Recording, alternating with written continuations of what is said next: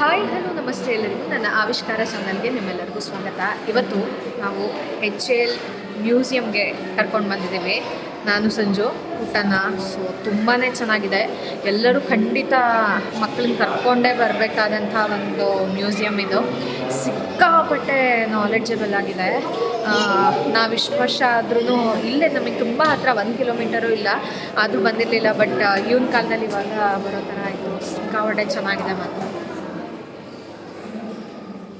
ಆಕಾಶದಲ್ಲಿ ಹಾರುವ ವಿಮಾನಗಳನ್ನು ನೋಡಿ ಆಶ್ಚರ್ಯಪಟ್ಟಿದ್ರೆ ಅವುಗಳ ಹಿಂದಿರುವ ವಿಜ್ಞಾನ, ತಂತ್ರಜ್ಞಾನ ಮತ್ತು ಭಾರತದ ಹೆಮ್ಮೆಯ ಇತಿಹಾಸವನ್ನ ಹತ್ತಿರದಿಂದ ಅನುಭವಿಸಬೇಕು ಅಂತ ಇದ್ರೆ ಬೆಂಗಳೂರಿನ HAL ಅತ್ಯುತ್ತಮ ತಾಣ. 2001ರಲ್ಲಿ ಸ್ಥಾಪನೆಯಾದ ಈ ಮ್ಯೂಸಿಯಂ ಭಾರತದ ಮೊದಲ ಏರೋಸ್ಪೇಸ್ ಮ್ಯೂಸಿಯಂ ಎಂಬ ಹೆಗ್ಗಳಿಕೆಗೆ ಪಾತ್ರವಾಗಿದೆ. ಸುಮಾರು 4 ಎಕರೆ ವಿಸ್ತೀರ್ಣದಲ್ಲಿ ನಿರ್ಮಾಣವಾಗಿರುವಂತಹ ಈ ಕೇಂದ್ರವನ್ನ ಭಾರತದ ಪ್ರಮುಖ ವಿಮಾನ ನಿರ್ಮಾಣ ಸಂಸ್ಥೆಯಾದ ಹಿಂದೂಸ್ತಾನ್ ಏರೋನಾಟಿಕ್ಸ್ ಲಿಮಿಟೆಡ್ HAL ನಿರ್ವಹಿಸುತ್ತದೆ. ಇಲ್ಲಿ ಭಾರತದ ವೈಮಾನಿಕ ಕ್ಷೇತ್ರವು 1940ರ ದಶಕದಿಂದ ಇಂದಿನವರೆಗೆ ಸಾಧಿಸಿರುವಂತಹ ಅದ್ಭುತ ಬೆಳವಣಿಗೆಗಳನ್ನು ಕಣ್ತುಂಬಿಕೊಳ್ಳಬಹುದು. ಮ್ಯೂಸಿಯಂಗೆ ಕಾಲಿಟ್ಟ ತಕ್ಷಣವೇ ಇದು ಸಾಮಾನ್ಯ ವಸ್ತು ಸಂಗ್ರಹಾಲಯವಂತೂ ಅಲ್ವೇ ಅಲ್ಲ ಅನ್ನೋದು ನಮಗೆ ಚೆನ್ನಾಗಿ ಅರ್ಥ ಆಗುತ್ತೆ. ಹೊರಾಂಗಣದಲ್ಲಿ ಭಾರತದ ವೈಮಾನಿಕ ಇತಿಹಾಸ ನಿರ್ಮಿಸಿದ ಹಲವು ನೈಜ ವಿಮಾನಗಳು, ಹೆಲಿಕಾಪ್ಟರ್ಗಳು ಹಾಗೂ ಯುದ್ಧ ವಿಮಾನಗಳ ಪ್ರದರ್ಶನ ನಿಮ್ಮನ್ನು ಸ್ವಾಗತಿಸುತ್ತವೆ. HF-24 Marriott, MiG-21 Kiran, Ajit, HT-2 ಲಕ್ಷ್ಯ ಸೇರಿದಂತೆ ಅನೇಕ ಐತಿಹಾಸಿಕ ವಿಮಾನಗಳನ್ನು ಹತ್ತಿರದಿಂದ ನೋಡುವಂತಹ ಅವಕಾಶ ಇಲ್ಲಿದೆ. ಜೊತೆಗೆ ಭಾರತದ ಹೆಮ್ಮೆಯ HCA ತೇಜಸ್ ಮತ್ತು ಧ್ರುವ್ ಹೆಲಿಕಾಪ್ಟರ್ಗಳ ಪ್ರದರ್ಶನವು ಎಲ್ಲರ ಗಮನ ಸೆಳೆಯುತ್ತೆ. ಇನ್ನು ಒಳಾಂಗಣದಲ್ಲಿ ಭಾರತದ ಏರೋಸ್ಪೇಸ್ ಕ್ಷೇತ್ರದ ಬೆಳವಣಿಗೆಗಳನ್ನು ಚಿತ್ರಗಳು, ದಾಖಲೆಗಳು ಮತ್ತು ಮಾದರಿಗಳ ಮೂಲಕ ಅತ್ಯಂತ ಆಕರ್ಷಕವಾಗಿ ವಿವರಿಸಲಾಗಿದೆ. ವಿವಿಧ ಜೆಟ್ ಎಂಜಿನ್ಗಳ ಕಟ್ ಸೆಕ್ಷನ್ಗಳು, ವಿಮಾನದ ಒಳಭಾಗ ಹೇಗೆ ಕಾರ್ಯನಿರ್ವಹಿಸುತ್ತದೆ ಎಂಬ ಮಾಹಿತಿ, ಪೈಲಟ್ ಬಳಸುವ ejection seat, air traffic control ವ್ಯವಸ್ಥೆ, ರಡಾರ್ ತಂತ್ರಜ್ಞಾನ ಹಾಗೂ ಭಾರತದ ಬಾಹ್ಯಾಕಾಶ ಸಾಧನೆಗಳನ್ನು ಪರಿಚಯಿಸುವ PSLV ಮಾದರಿಗಳು ಇಲ್ಲಿ ಪ್ರಮುಖ ಆಕರ್ಷಣೆಗಳಾಗಿದೆ.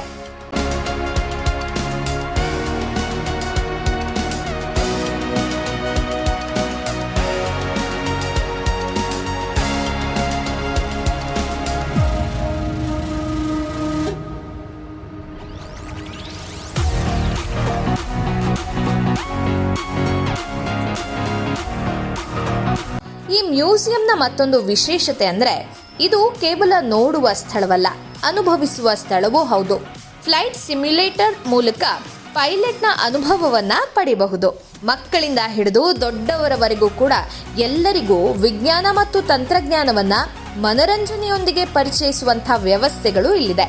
ಸುಂದರವಾದ ಉದ್ಯಾನವನ, ಔಷಧೀಯ ಸಸ್ಯಗಳ ತೋಟ, ಮಕ್ಕಳ ಆಟದ ಪ್ರದೇಶ ಮತ್ತು ಸ್ಮರಣಿಕೆಗಳ ಅಂಗಡಿಯು ಈ ಪ್ರವಾಸವನ್ನ ಇನ್ನಷ್ಟು ವಿಶೇಷವಾಗಿರಿಸುತ್ತದೆ. ಇತ್ತೀಚೆಗೆ ಮ್ಯೂಸಿಯಂಗೆ ಆಧುನಿಕ ರೂಪ ನೀಡಲಾಗಿದ್ದು, ವಿಂಗ್ಸ್ ಆಫ್ ಭಾರತ್ ಎಂಬ ಮಲ್ಟಿ ಸೆನ್ಸರ್ ಪ್ರದರ್ಶನ, ಹಾಲೋಗ್ರಾಮ್ ಮಾರ್ಗದರ್ಶಿ, ಡಿಜಿಟಲ್ ಇತಿಹಾಸ ಗ್ಯಾಲರಿ, ಮಕ್ಕಳಿಗಾಗಿ ವಿಶೇಷ ಇಂಟ್ರಾಕ್ಟಿವ್ ವಲಯ ಹಾಗೂ ಹೊಸ ಪ್ರದರ್ಶನಗಳನ್ನು ಸೇರಿಸಲಾಗಿದೆ. ಇದರಿಂದ ವಿಮಾನಯಾನ ಮತ್ತು ರಕ್ಷಣಾ ತಂತ್ರಜ್ಞಾನದ ಬಗ್ಗೆ ತಿಳಿದುಕೊಳ್ಳುವಂತಹ ಅನುಭವ ಇನ್ನಷ್ಟು ಜೀವಂತವಾಗಿದೆ.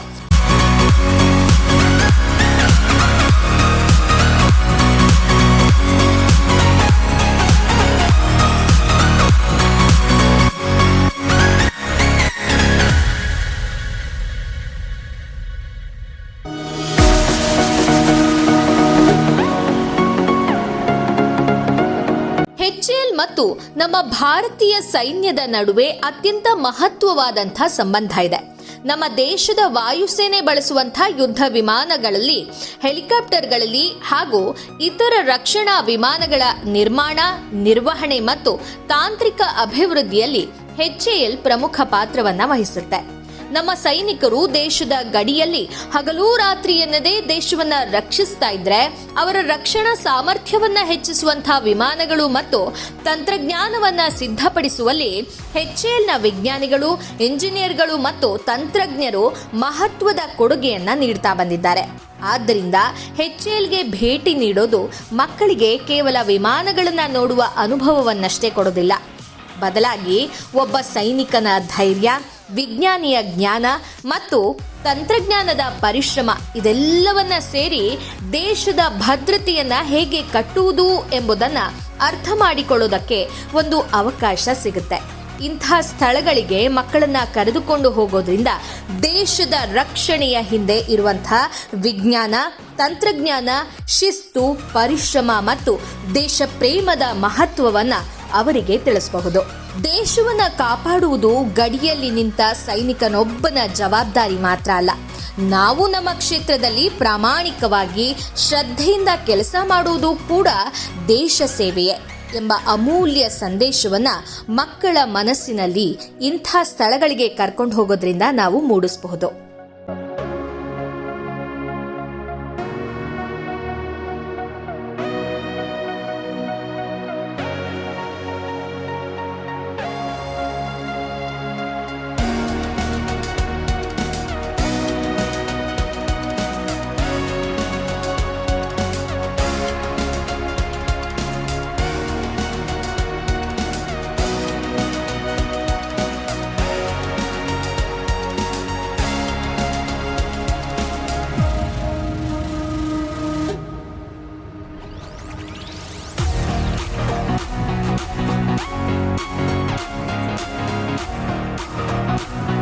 ನೀವು ಬೆಂಗಳೂರಿಗೆ ಭೇಟಿ ನೀಡಿದರೆ ಅಥವಾ ನೀವು ಬೆಂಗಳೂರಿನವರೇ ಆಗಿದ್ರೆ ಅಥವಾ ಈ ಒಂದು ಕ್ಷೇತ್ರದ ಅಕ್ಕಪಕ್ಕದಲ್ಲೇ ಇದ್ದರೆ, ವಿಜ್ಞಾನ ಪ್ರಿಯರಾಗಿದ್ದರೆ, ಮಕ್ಕಳೊಂದಿಗೆ ಒಂದು ಜ್ಞಾನಭರಿತ ಪ್ರವಾಸವನ್ನು ಬಯಸುತ್ತಿದ್ರೆ ಅಥವಾ ಭಾರತದ ವೈಮಾನಿಕ ಸಾಧನೆಗಳ ಬಗ್ಗೆ ಹೆಮ್ಮೆ ಪಡುವವರಾಗಿದ್ದರೆ HAL ಏರೋಸ್ಪೇಸ್ ಮ್ಯೂಸಿಯಂ ನಿಮ್ಮ ಪ್ರವಾಸ ಪಟ್ಟಿಯಲ್ಲಿ ಖಂಡಿತ ಇರಬೇಕಾದಂಥ ತಾಣ. ಇಲ್ಲಿ ಕಳೆದ ಪ್ರತಿಯೊಂದು ಕ್ಷಣವೂ ಕೂಡ ಭಾರತದ ಕನಸುಗಳು ಹೇಗೆ ರೆಕ್ಕೆ ಪಡೆದು ಆಕಾಶ ಮುಟ್ಟಿದ್ವು ಅನ್ನುವಂಥ ಅದ್ಭುತ ಕಥೆಯನ್ನ ನಿಮ್ಮ ಮಕ್ಕಳ ಮನಸ್ಸಿನಲ್ಲಿ ಶಾಶ್ವತವಾಗಿ ಮೂಡಿಸುತ್ತದೆ. ನೋಡಿದ್ರಲ್ಲ, ನೀವು ಬೆಂಗಳೂರಿನವರೇ ಆದರೆ ಅಥವಾ ಬೆಂಗಳೂರಿಗೆ ಬಂದಿದ್ರೆ, ಪ್ರವಾಸವನ್ನು ಬೆಂಗಳೂರಿನಲ್ಲಿ ಹಮ್ಮಿಕೊಂಡಿದ್ರೆ, ಖಂಡಿತವಾಗ್ಲೂ ನಿಮಗೆ ಮಕ್ಕಳಿದ್ರೆ ಅಥವಾ ನೀವು ಕೂಡ ದೊಡ್ಡವರಾದರೂ ಕೂಡ ಇಲ್ಲಿ ನೋಡ್ಕೊಳ್ಳೋದು, ತಿಳ್ಕೊಳ್ಳುವಂಥದ್ದು ತುಂಬಾ ಇದೆ. ತುಂಬ ಜ್ಞಾನವನ್ನು ನೀಡುವಂಥ ಒಂದು ಮ್ಯೂಸಿಯಂ ಆಗಿದೆ. ಹೀಗಾಗಿ ಖಂಡಿತವಾಗ್ಲೂ ಈ ಮ್ಯೂಸಿಯಂಗೆ ನೀವು ಒಮ್ಮೆ ಆದರೂ ಭೇಟಿ ನೀಡಿ. ಇಲ್ಲಿ ಎಂಟ್ರಿ ಫೀ ಇದೆ, 100 ರುಪೀಸು ಅಥವಾ 200 ರುಪೀಸ್ ಇದೆ. ನಾನು ಅದನ್ನು ಡಿಸ್ಕ್ರಿಪ್ಷನ್ನಲ್ಲಿ ಕೊಟ್ಟಿರ್ತೇನೆ ಎಷ್ಟು ಎಂಟ್ರಿ ಫೀಸ್ ಇದೆ ಅಂತ. ಸೊ ಇಂಥದ್ದೇ ವಿಡಿಯೋಗಳು ಅಥವಾ ಒಂದು ದಿನದ ಪ್ರವಾಸ ನಾವು ಬೆಂಗಳೂರಿನಲ್ಲಿ ಎಲ್ಲಿ ಹೋಗಬಹುದು ಸುತ್ತಮುತ್ತ ಅಂತ ನಾನು ನನ್ನ ಯೂಟ್ಯೂಬ್ ಚಾನಲ್ನಲ್ಲಿ ಹಾಕ್ತಾನೆ ಇರ್ತೀನಿ. ಹೀಗಾಗಿ ನನ್ನ ಆವಿಷ್ಕಾರ ಚಾನಲ್ನ ಸಬ್ಸ್ಕ್ರೈಬ್ ಮಾಡೋದನ್ನು ಮರಿಬೇಡಿ. ಹಾಗೆ ಲೈಕ್ ಮಾಡಿ, ಕಾಮೆಂಟ್ ಮಾಡಿ. ಧನ್ಯವಾದ.